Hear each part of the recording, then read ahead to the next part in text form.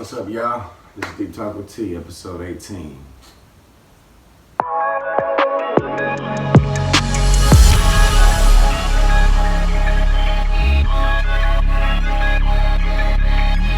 Today's topic of discussion is being open to change. Being open to change. Why is that important? Well, it seems fucking obvious because you can't control everything in life.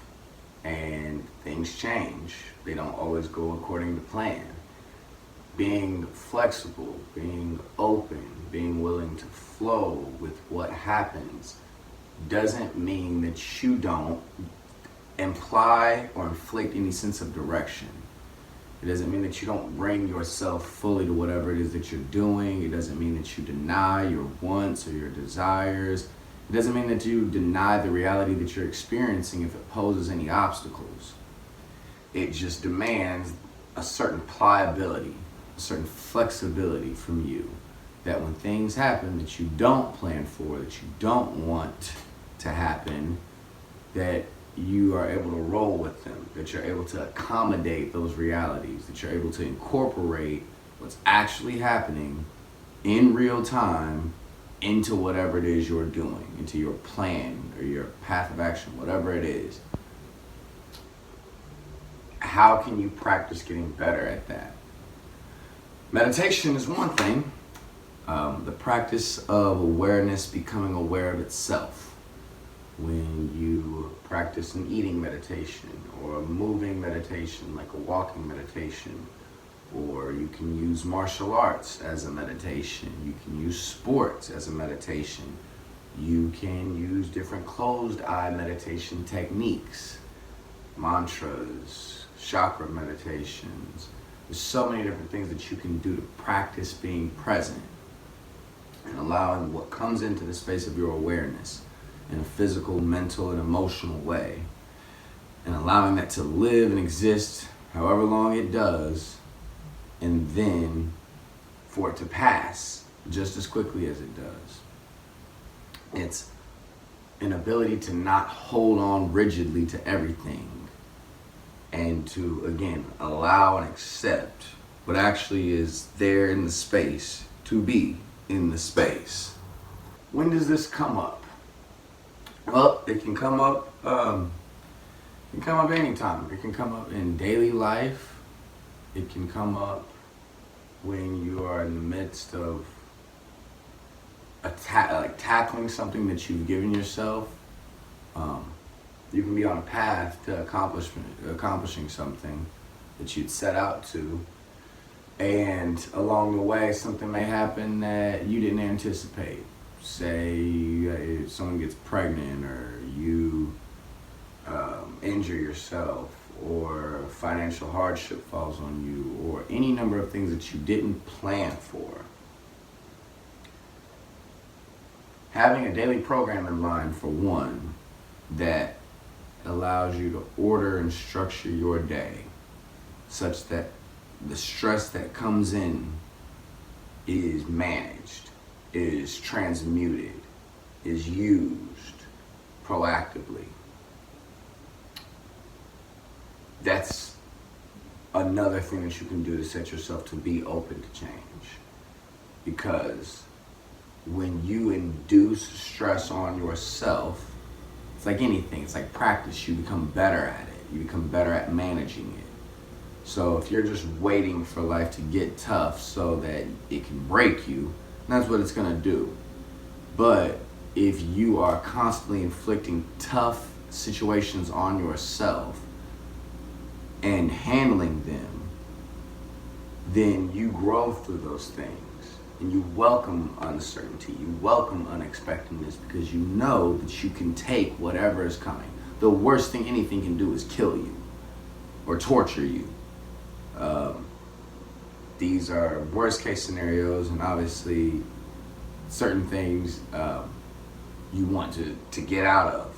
So if you're in an abusive situation, if you are in a situation where your health or well-being is being threatened or put in danger, that's, again, the reality of a situation. And you're probably not watching this video if that's the situation, but maybe you are. And if that is the case, again, being aware that that is the case in the first place is the first point of change. You can't change something consciously if you're not even willing to accept the reality of it. At least not by choice. It may happen by accident, but that's not what we're here for. Not to leave things to chance or to accident, but to be more conscious about our actions, about our endeavors, about whatever choices that we're making.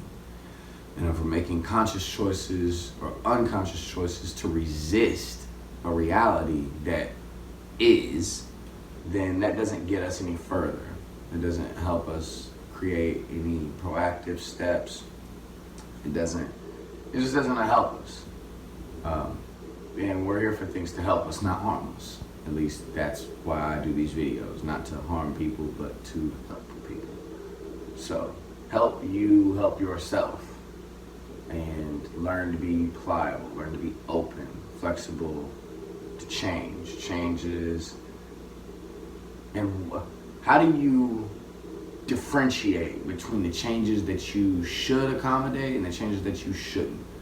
Well, a reality to something like, say, the gym closing. Say it's 2020 in March and you've been consistently going to the gym every single day for a certain amount of time, and then the gym all of a sudden closes. You don't even have that option because you don't have a home gym, and your gym that you've been going to closes.